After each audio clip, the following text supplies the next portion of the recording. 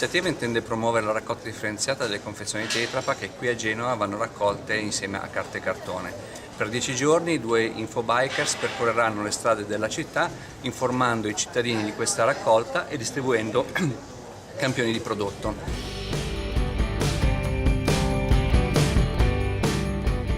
Siamo molto contenti di essere qui oggi con Tetra Pak, con AMIU e con il Comune di Genova a presentare questa iniziativa sul territorio della città di Genova.